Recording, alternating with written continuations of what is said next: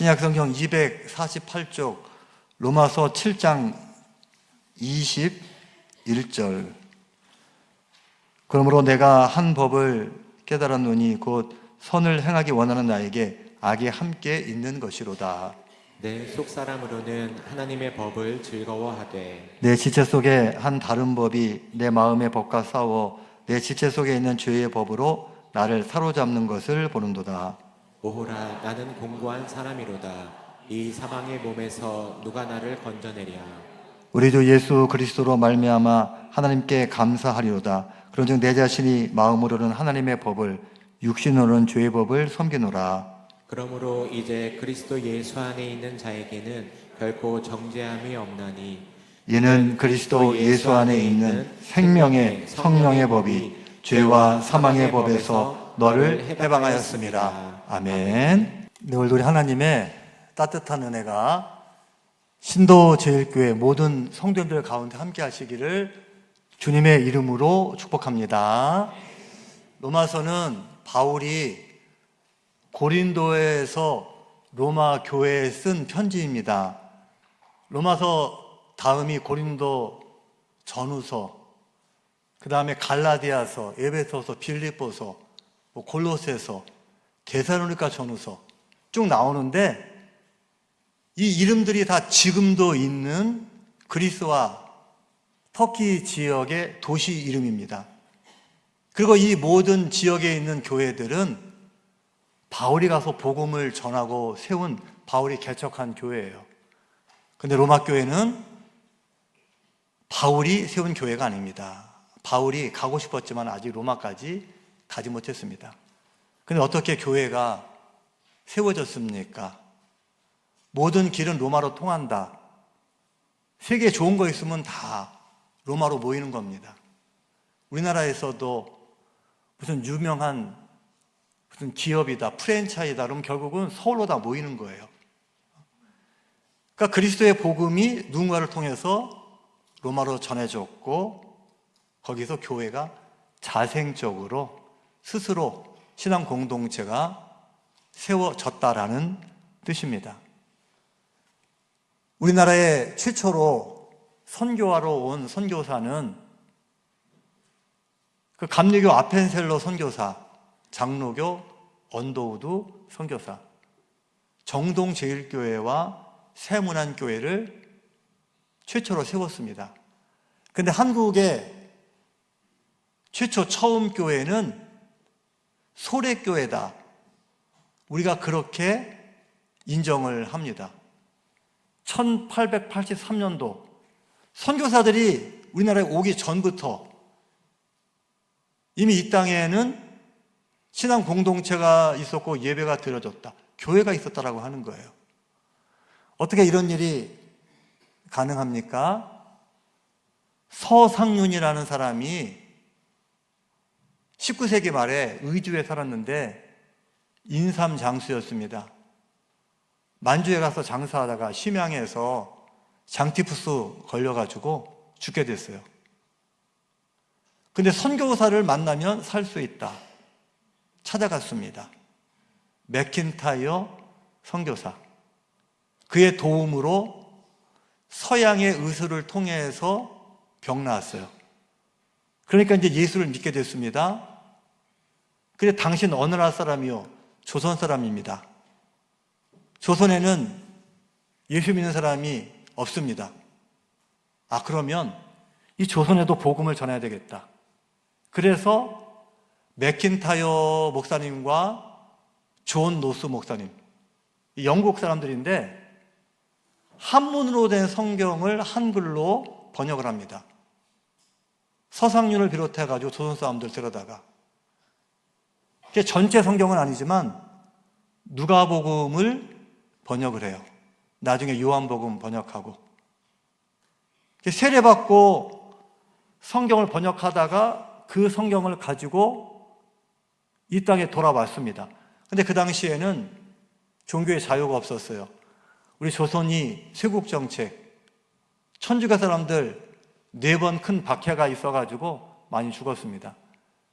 그래가지고 가져온 성경 가지고 황해도, 소래, 소래가 인천 옆에 있는 소래가 아니라 황해다 소래예요. 황해도 산골에 가서 같이 예배드리고 교회를 세웠습니다. 선교사가 오기 전에 우리끼리 먼저 예배드렸다. 자생적인 교회가 있었다. 이게 매우 의미가 있습니다. 천주교는 모든 것이 우리 기독교 개신교보다 100여 년 앞섭니다. 천주교에서 우리나라 사람 중에 가장 먼저 세례를 받은 사람은 이승훈 베드로. 중국의 사신으로 갔다가 1785년도인가요? 세례를 받았습니다. 천주교 영세를 받았어요. 근데 중국 가기 전에 경기도 광주 천지남이라고 하는 절에서, 불교 사찰에서 실학자들이 모여서, 실학자들이 뭡니까? 연구만 하지 말고 실질적으로 나라를 발전시키는 학문을 해야 된다. 유학자들이 모여서 뭘 공부합니까? 야, 우리가 서양을 배우자.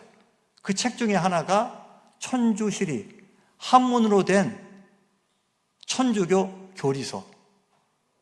자, 부처님 모시는 절에서 유교를 공부하는 실학자들이 기독교를 공부한 거예요. 그래서 천주, 세상의 주인은 하나님이시다. 이런 고백을 하게 되었고, 이미 기독교 신앙에 대한 그런 깨달음을 얻게 되었습니다. 그러다가 중국에 가서 사신으로 갔다가 세례받고, 이승훈이 돌아와서 어떻게 합니까? 자기가 다른 사람들한테 세례를 주고 스스로 신부가 되어서 미사를 집례합니다. 그래, 수십 년 그렇게 우리끼리 신부도 되고 예배도 드리고 했어요. 나중에 중국의 주문모, 진짜 신부가 와서 그렇게 하면 안 된다. 내가 하고 싶다 해서 열정에 따라가지고 마음대로 막 성례를 베풀고 마음대로 막 예배드리고 세례줘. 그러면 안 된다. 그래가지고 그동안 했던 거 열정은 좋지만 다시 세례를 받고 새롭게 모든 것이 제자리를 잡는 그런 과정이 있었습니다. 자생이라고 하는 거, 스스로 한다고 하는 게 매우 의미가 있고 은혜가 됩니다. 그러나 미흡합니다. 잘못하면 격길로 갈 수 있고 이단이 될 수 있는 거예요. 교회에서도 여러분 잘하든 못하든 목회자의 지도와 인도를 받아야 돼요. 내가 하고 싶다 해가지고 막 했는데, 난 열심히 했는데 결과가 안 좋을 수도 있고, 그게 오히려 교회에 또 다른 성도들에게 유익이 안 될 수도 있는 거예요. 뭐든지 그래도 적법한 어떤 과정과 절차가 필요하다라는 뜻입니다. 이 로마 교회도 스스로 복음이 들어와서 생겨서 은혜는 되지만 문제가 많았어요. 특별히 여러 가지 과정을 통해서 그 로마에서 한때 유대인들, 이스라엘 사람들 골치 아프다. 글라디오 황제가 로마에 있는 유대인들 다 떠나라.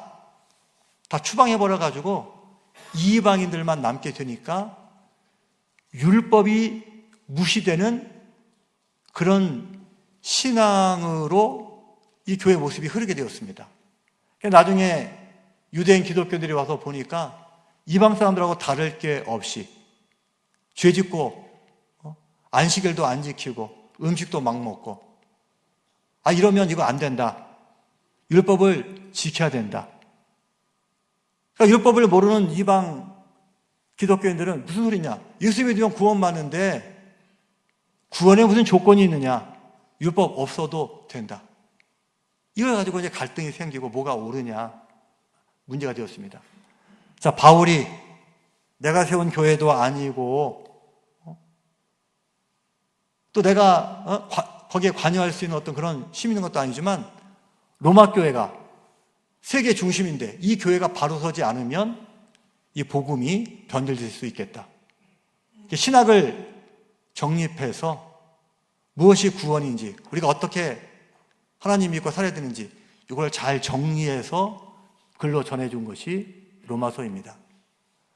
로마서에서 가장 우선시되고 중심적으로 다루는 내용은 율법입니다.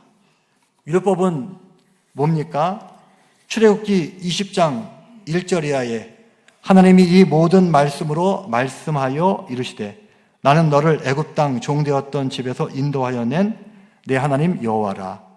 너는 나 외에는 다른 신을 내게 두지 말라.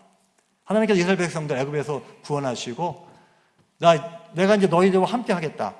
그러니까 너희들은 세계에서 제일 부자 나라가 될 거고 제일 싸움을 잘하는 나라가 될 거다. 이런 얘기 하지 않으시고 너희는 이제 내 백성이다. 그러니까 내가 원하는 삶을 살고 나한테 바르게 예배드리는 성민, 거룩한 백성이 되어라. 거룩한 백성으로 사는 게 뭡니까? 바로 이거다. 하나님 뜻대로 살 수 있도록 기준으로 주신 말씀이 율법입니다. 자, 폐가 불편해요. 숨쉬기가 좀 어렵습니다. 어떻게 병원에 갑니다. 가서 엑스레이를 찍습니다. 찍었더니 운이 안 좋게도 결핵균이 있다. 몰랐는데 엑스레이를 찍어 보니까 내가 아픈 걸 알게 되었고, 그게 어떻게 해요? 좋은 공기 마시고 음식도 잘 먹고 또 술, 담배 다 끊고. 근데 그것만 가지고 안 됩니다. 어떻게 하면 이 병을 나을 수 있을까? 좋은 약이 어디 없을까? 결국은 항생제를 먹게 됩니다. 엑스레이 찍기 전에는 몰랐는데 찍고 나니까 내가 아프구나. 내 10만 원은 이거 못 고치는구나. 약이 필요하구나. 이거를 갖다가 알게 되고 요청하게 되는 겁니다. 율법이 없을 때는 뭐가 죄인지 몰라요. 로마서 7장 7절. 자, 우리 성도님들 같이 읽어보겠습니다. 시작. 율법으로 말미암지 않고는 내가 죄를 알지 못하였으니 곧 율법이 탐내지 말라 하지 아니하였더라면 내가 탐심을 알지 못하였으리라. 나는 착하게 살고 나는 훌륭한 사람인 줄 알았는데 하나님의 말씀을 보니까 깨닫고 보니까 내가 죄인이구나. 이걸 알게 되는 거예요. 그럼 어떻게 됩니까? 내가 바르게 살아야지. 근데 아무리 노력해도 바르게 산다고 하지만 또 실수하게 되고 또 욕심이 있고 또 죄짓게 되고 또 다른 사람 괴롭히고 안 되겠구나.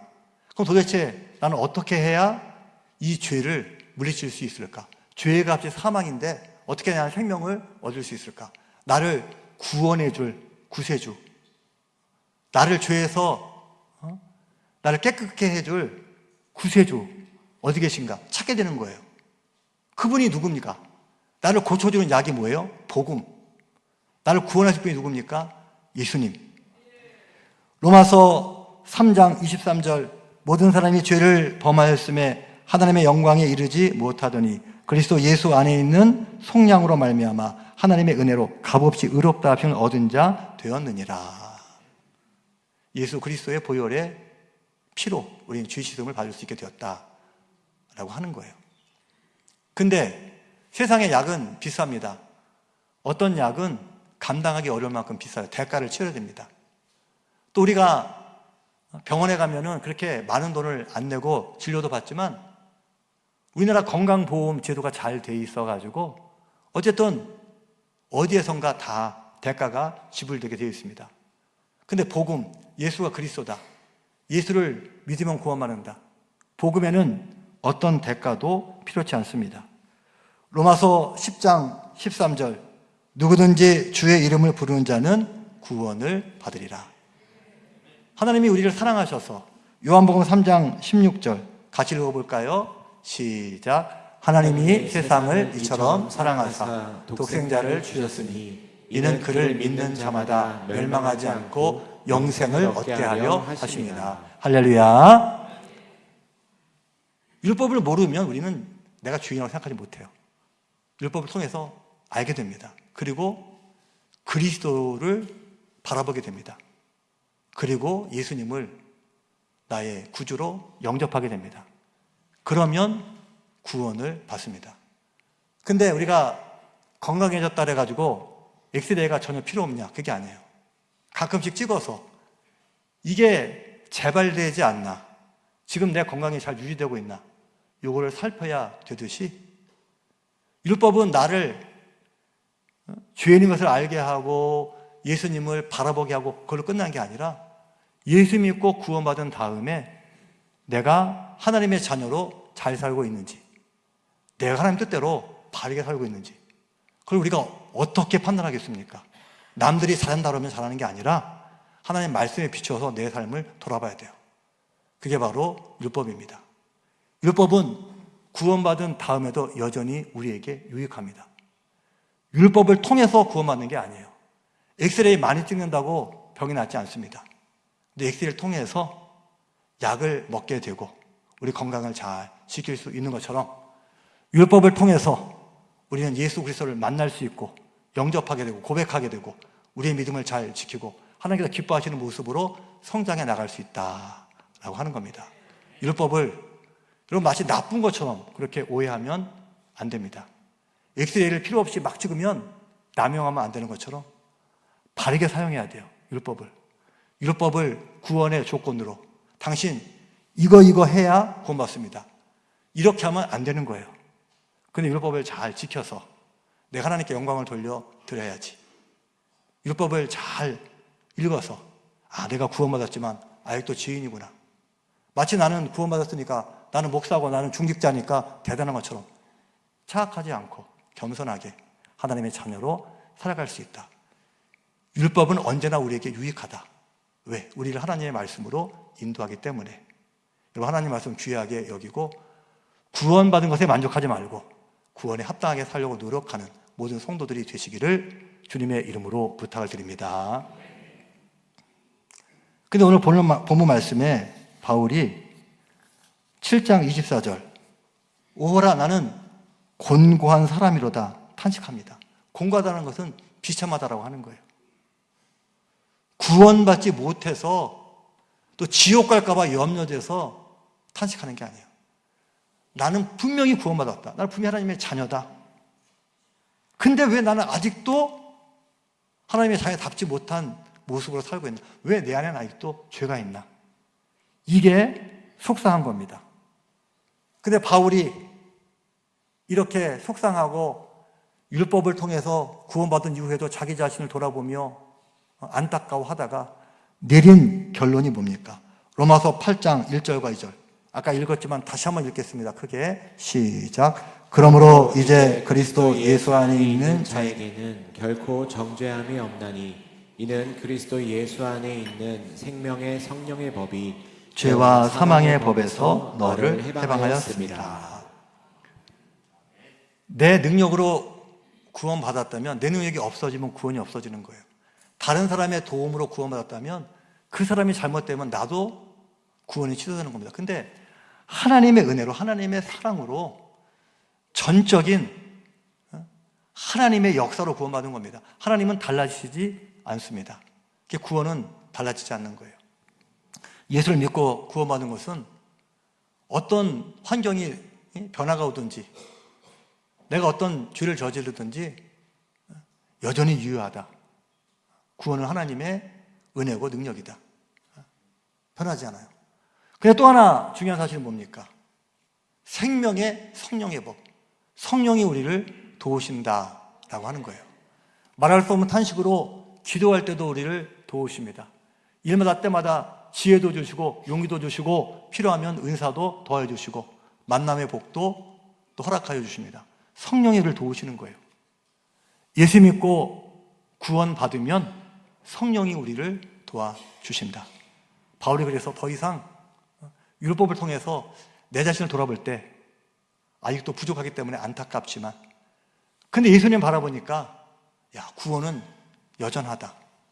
또 나와 함께하신 성령님 바라보니까 힘이 생기는 겁니다. 그래, 다시 구원의 감격을 가지고 성령의 인도를 따라서 내가 더 노력하고 열심히 최선을 다해서 점점 하나님께서 기뻐하시는 그리스도인다운 삶으로 성화, 거룩해져야 되겠다. 빌립보서 3장 12절 내가 이미 얻었다 함도 아니요 온전히 이루었다 함도 아니라 오직 내가 그리스도 예수께 잡힌 바 된 그것을 잡으려고 달려가노라. 형제들아 나는 아직 내가 잡은 줄로 여기지 아니하고 오직 한 일 즉 뒤에 있는 것은 잊어버리고 앞에 있는 것을 잡으려고 표대를 향하여 그리스도 예수 안에서 하나님이 위에서 부르신 부름의 상을 위하여 달려가노라. 뭐가 아직 미완성이라는 겁니까? 구원이 미완성이 아니라 내 삶이, 내 생각이, 내 마음이 아직 미완성이다. 근데 내가 예수님 바라보면서 내가 늘 노력할 때 성령이 도와주신다. 그래서 나는 점점 좋아질 것이고 앞으로 계속 발전할 거다. 사랑하는 성도 여러분, 우리가 왜 구원받았음에도 예배를 드리고 왜 성경 읽고 또 봉사도 하고 왜 우리가 전도도 합니까? 왜 그렇습니까? 하나님께 영광을 돌려드리기 위해서. 그리고 우리가 이 땅에서 그리스도인 다워지기 위해서. 그리스도인 다워지면 우리에게는 기쁨이 있는 거예요. 삶에 의미가 있습니다. 달리기 하는 사람들이 10km 달리기 얼마 전까지 20분에 뛰었는데 지금 19분이 되었다. 또 18분이 되었다. 기록이 점점 좋아지면 어떻습니까? 내 실력이 그만큼 성장했다. 성취감이 있고 또 보람이 있는 거예요. 우리 삶에 부자가 되고 유명해지고 인기 있고 어떤 밖에서 주어지는 기쁨도 있지만 진짜 중요한 것은 내가 바른 사람이 되는 거, 내가 그리스도인이 되는 거, 내가 하나님께 영광을 돌리는 사람이 되는 거, 내가 성화되어 가는 거, 내가 좋아지는 거. 여러분, 이것이 신앙의 기쁨이다. 여러분, 성숙한 신앙인들 되시기를 주님의 이름으로 부탁을 드립니다. 율법이 우리를 깨닫게 하고 예수님께로 인도하고 구원받은 다음에도 계속해서 성장할 수 있도록 우리에게 기준을 제시해 주는 거예요. 오늘 우리가 하나님 말씀을 잘 듣고 잘 읽고 깨달아서 더욱 하나님 뜻에 합당해 살려고 노력하는 여러분 그런 신앙이 되시기를 주님의 이름으로 부탁을 드립니다. 어제 우리 교회에서 태어나서 자라서 박민영 집사 결혼을 했습니다.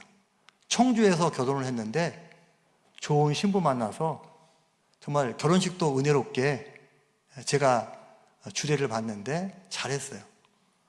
근데 오고 가는 길 청주까지 3시간 긴 시간이었지만 그래도 이제 차에서 또 복음성가 틀어주셔가지고 기사님이 또 오고 가면서 찬양 듣고 좋았습니다. 근데 이게 말씀을 나누다 보니까 그 차 운전하시는 관광버스 기사분이 구파발 토백입니다. 그리고 구파발 장로교회 안수 집사님인데 교회 자랑을 합니다. 올해 성도님들이 너무 많이 오셔가지고 예배를 한 번 더 드리게 되었습니다. 3부 예배 드리는 것을 4부 예배 드린다는 거예요. 구파발 교회가 건물도 우리보다 큽니다. 또 위치도 좋아요. 근데 역사가 우리 교회가 더 훨씬 깊습니다. 또 성도님들 한 분 한 분 보면 우리 교회 성도님들 다 좋으신 분인데 솔직히 많이 부러웠습니다. 우리 9시 반에 드리는 1부 예배뿐 아니라 2부 예배, 성도님들이 제일 많이 오신 예배도 빈자리가 반 이상 있잖아요. 근데 주변의 교회는 빈자리가 없어가지고 주차장이 없어가지고 예배를 한 번 더 드립니다. 우리 교회는 주차장도 이렇게 널찍하고 좋은데 왜 이렇게 한 교회만 많이 갈까? 분명히 좋은 게 있고 은혜로운 것이 있을 거다. 좀 배워야 되겠다. 이런 생각이 들었습니다. 뭐 어떤 교회랑 우리가 경쟁을 해가지고 앞서가자. 뭐 다른 교회 다니는 사람들 우리 교회로 모셔야 그런 게 아니에요. 우리가 더 노력하자라고 하는 겁니다. 하나님께서 주신 우리 달란트가 많이 있고 복이 많이 있어요. 우리가 더 노력을 해야 됩니다. 빈자리를 채워야 돼요. 한국 남자 축구가 90년대까지만 하더라도 일본보다 훨씬 잘했습니다. 2002년도 한일 공동 월드컵 전까지 일본은 월드컵에 한 번도 나가지 못했어요. 예전에 한일 정기전 1년에 한 번씩 국가대표 축구했습니다. 거의 우리가 이겼어요. 근데 지금은 일본이 축구를 잘합니다. 우리보다 더 잘해요. 예전에 자기들이 못할 때는 우리한테 배우려고 매년 축구하다가 요새는 한일 정기전도 없어졌어요. 지금은 일본 국가대표랑 축구하면 자꾸 집니다.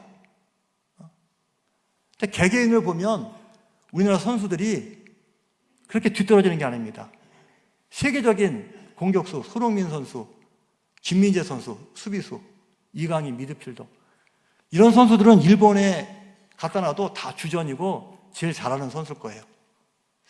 그래서 축구는 11명이 하는 겁니다. 개인은 능력이 좋아도 조직력이 약하다. 한국 축구. 감독이랑 선수들이 좀 호흡이 안 맞는다. 협회가 뭔가 잘못하고 있다. 문제는 뭐예요? 위해가 문제입니다. 위해가. 뭔가 변화가 있어야 돼요. 우리 교회도 더 부흥해야 됩니다. 더 좋아져야 돼요. 뭐가 문제일까? 위해가 문제인 것 같아요. 목회자들이 더 기도해야 됩니다. 그리고 중직자들이 더 섬겨야 돼요. 더 헌신을 해야 됩니다. 이번 금요일에 우리 기획연도 무엇 좀 기도해도 좀 하자. 우리 교회가 더 좋아지기 위해서. 여러분, 어떤 좋은 의견이 있으면 쓴소리라도 좋아요. 오늘 일부 예배 마치고 어느 집사님이 저한테 말씀을 해주셨어요. 듣다 보니까 좀 얼굴도 좀 부끄러워지고 부족하다 느꼈어요. 그래서 제가 이번 기획연에 기도해야 할 때 오셔서 한번 직접 얘기해 주십시오. 중직자들이 이런 모습이 되면 좋겠습니다. 좀 얘기 좀 해 주십시오. 여러분들도 우리 교회가 좀 더 좋은 교회가 되고 부흥하는 교회가 되기 원한다면 기도해 주시고, 또 좋은 의견이 있으면 또 많이 나눠주시면 좋을 것 같습니다. 자, 내년도에 어쨌든 속회를 잘 드리려고 그래요. 속회. 유명무실하지 않고 모여서, 어색하고 좀 불편할 수 있지만 이왕 주일 예배 드리러 왔으면 주일 예배 드리고 마치고 식사도 맛있게 하고 밥만 먹고 가는 게 아니라 모여서 속회 드리고 가자. 교육도 받고 가자. 교제도 하고 가자. 내년에는 어쨌든 속회 잘 드리려고 합니다. 중직자들부터 무조건 속회 드린다. 속회 준비 다 됐으면 그때 와가지고 큰소리 치는 게 아니라 약한 속회 어디 있나, 부족한 데 어디 있나, 내가 두 군데라도 섬기겠다. 이런 마음으로 헌신할 때 뭔가 변화가 되고 달라질 수 있다 생각이 들어요. 자, 우리가 구원받았지만 구원은 달라지지 않습니다. 근데 우리가 말씀을 알고 말씀대로 살 때 우리의 삶이 변화돼요. 내가 성장하는 거, 이게 우리에게 기쁨이 됩니다. 성화의 기쁨. 또 하나, 신도지엘교회가 좋아지는 거. 내가 한평생 섬긴 신도지엘교회가 더 좋은 교회가 되는 거. 사랑이 더 많고 더 칭찬받고 더 많은 일들을 하는 교회가 되는 거. 교회가 진짜 부흥되는 거. 교회가 교회다워지는 거. 이게 또 우리한테 큰 기쁨이 됩니다. 이왕 신앙생활 하는 거, 여러분, 구원받은 것에 만족하지 말고, 구원은 받았는데 늘 근심이 있고 불평하고 늘 원망하고 그런 신앙생활이 아니라 내가 계속 발전해서 기쁘고 교회가 부흥해서 감사할 수 있는, 여러분, 그런 신앙이 되시기를 주님의 이름으로 부탁드립니다. 그러기 위해서 뭐 해야 되겠어요? 여러분, 꼭 율법, 어떤 규정이 아니라 말씀을 귀하게 여기고 말씀을 통해서 나를 돌아보고 우리 교회를 돌아보고 함께 힘을 모으는, 그래서 지금도 좋은 교회지만 앞으로 더 좋은 교회, 더 성장하고 부흥하는, 성화되는 그 기쁨을 함께 나누는 우리 모든 신도지엘교회 성도들이 되시기를 주님의 이름으로 축복합니다.